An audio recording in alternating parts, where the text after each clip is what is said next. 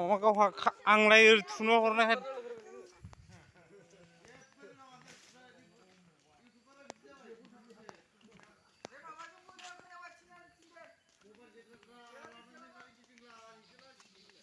हाब देद्रानो बियो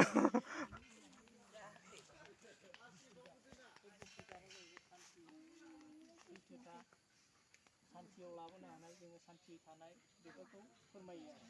ओमफ्राय नैबे सैथाना जाहैबाय जोंहा